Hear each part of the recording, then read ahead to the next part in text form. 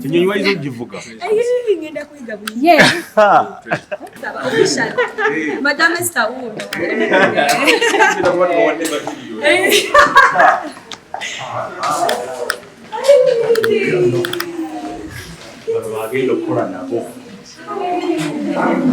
You guys are looking amazing.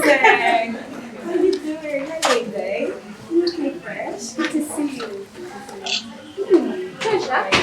No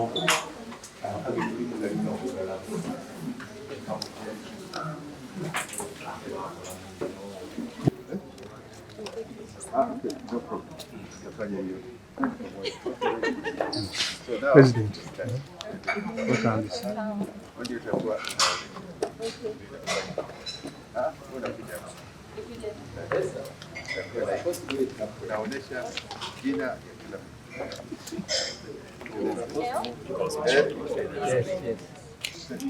Treasure.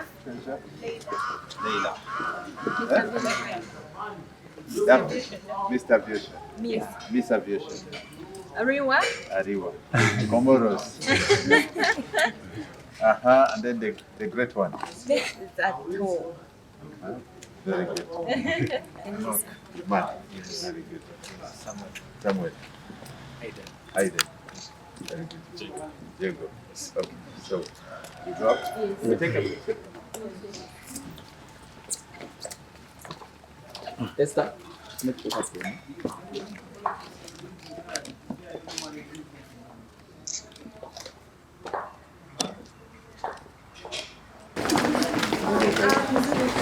What did you do the other one? That's enough for the blue.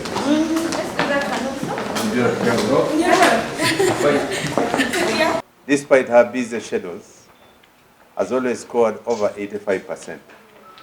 She has worked so hard, and it's against this background of academic performance that she has been awarded this scholarship. And these marks that have been given to her were marked in Canada by IATA.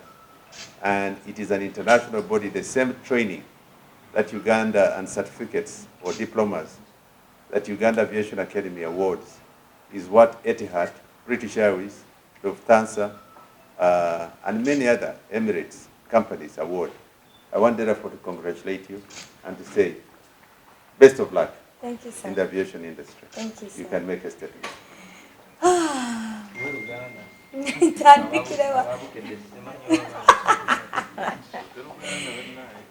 Ekisokera ddala njagala okwebaza mwenna mwenna abaze wano olunaku lwa leero mwebale nnyo honoring our invitation. Ekyokubiri njagala okwebaza Madam Esther neyanze ng'okubeera ng'ofaayo n'otunulanga mu ripooti zange ebibuuzo byange n'okumpa omukisa guno ogw'okubeera nga mpadde scholarship neyongera emisomo gyange. Captain neyanze. Thank you so much. I really appreciate that, it's a platform, the chance, the honor you've given me to represent the school, Uganda Aviation Academy. I'm so honored, I'm so thankful, I'm so grateful. Sijja kuleka wansi, I'll never let you down. I would like to thank each and everyone that came through today. Thank you for honoring our invitation. My name is Zahara Toto, now to be Captain Zato.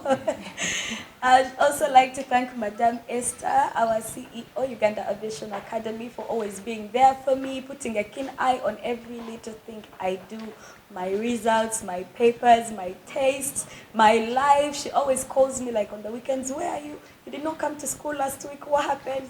So thank you so much for being there. I really, really appreciate that. And also Captain, sir, I would like to thank you for the opportunity, for the platform, for honoring me. So many people are out there, they want to be in my position. But you chose me. Thank you so much. I appreciate it. I'm indebted to you for the rest of my life. Thank you. All right, the question was to Zahara.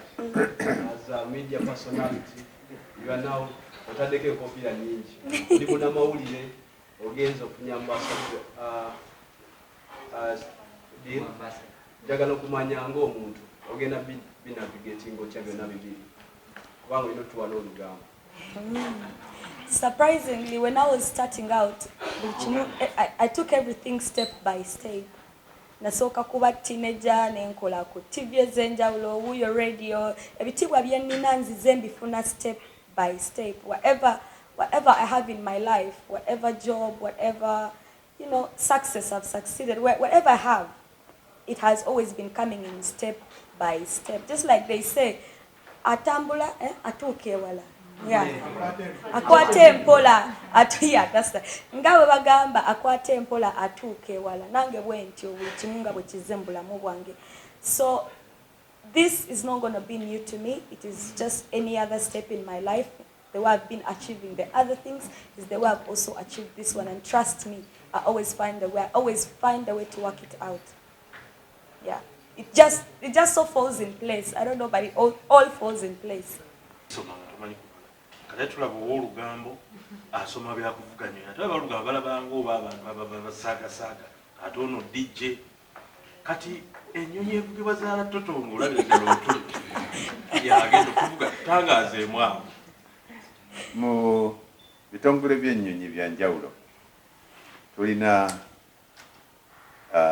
enkwatagana ebitambuza ennyonyi waliwo bavuga waliwo abakanika waliwo bakuuma ennyonyi waliwo abaweereza waliwo abatambuza abantu waliwo abawandiika tiketi waliwo abali mu flight operations kwegamba ennyonyi erina ebitongole bya njawulo bingi n'egatta nga bwe tugamba nti nno agali awamu ge galuma ennyama mu nkola eyo Zahara Toto ajja kubanga akwata ku bintu ebirala nga flight operations course gye bagenda mukwasa n'ebirala byagenda ng'akulakulana mu maaso eyo bwebanga asobodde akyali muto bwebanga asobodde nayita ku bintu ebirala bisobola okusobozesa omuntu okulakuna ojja kwesanga nti no Zahara Toto akutte mu nnyonyi era ajja kubanga kafulu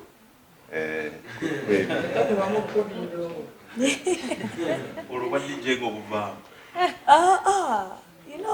n'obugambo sobola tuvaamu sobola tuula nenkola blog yange amawulire ne gayitawo nengenda nenguga ennyonyi yange bulungi nnyo so kitegeera whenever you earn a skill or add a skill on yourself as a person it will always stay in you, it will always be there, tekijja kuvaako. So n'obwa DJ nsobola okuvuga ennyonyi yange mu live yange nengenda nenvuga. I mean nsobola okugenda nenvuga ennyonyi yange during my work schedule ku live wenfunye live nengenda nenkuba endongo. Okitegeera. And DJing is more like a passion for me. Okitegeera, this is a career. Kutwala obudde buno ku linnya lya Uganda Aviation Academy ba board of directors abakozi bonna nga akulembedde yes chief executive officer ali wano nange ya Koreny era n'abasomesa bonna abakozi n'abasomi abali mu Uganda Aviation Academy. Olunaku luno lukulu nnyo kubanga mu nkulaakulana gye tulina ng'essomero eyigiriza abaana oba abasomi mu nkulaakulana y'okukola mu nnyonyi, okuvuga ennyonyi, okukola munda mu nnyonyi, era okukolera mu ebintu ebirala bye tuyigiriza mu ssomero nga AVSEC ne course endala ze tulina era nga tulina enkolagana ne International Air Travel Agency eri mu Canada, ICAO nga tukolagana ne Civil Aviation Authority ya Uganda ne company ez'enjawulo eziri mu ggwanga n'amawanga amalala. Enkolagana era enkula y'okutambuza abantu mu nnyonyi egenda ng'ekula mu Africa. Africa kaakati ye continent esinga ofuna enkulakulana ku bintu by'enjawulo.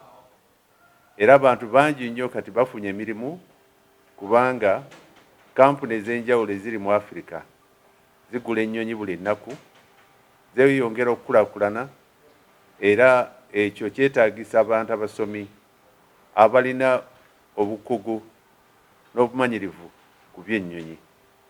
Lwanti no kaakati Uganda Aviation Academy essomero ekulaakulanye ennyo era yeekulembedde ku bintu bingi nnyo by'okusomesa abantu ku by'ennyonyi.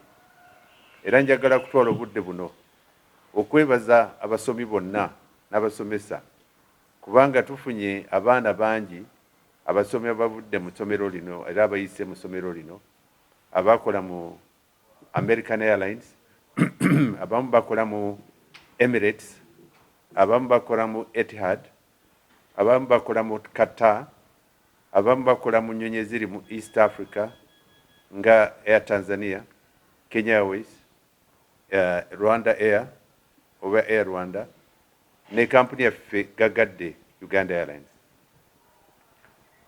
Bino bye tuyigiriza mu nnyonyi waliwo abamu abakola munda, abaliwo abamu abakola wabweru w'ennyonyi kye tuyita aviation security, flight operations, okuwandiika tiketi n'ebintu eby'enjawulo gye bayita customer care.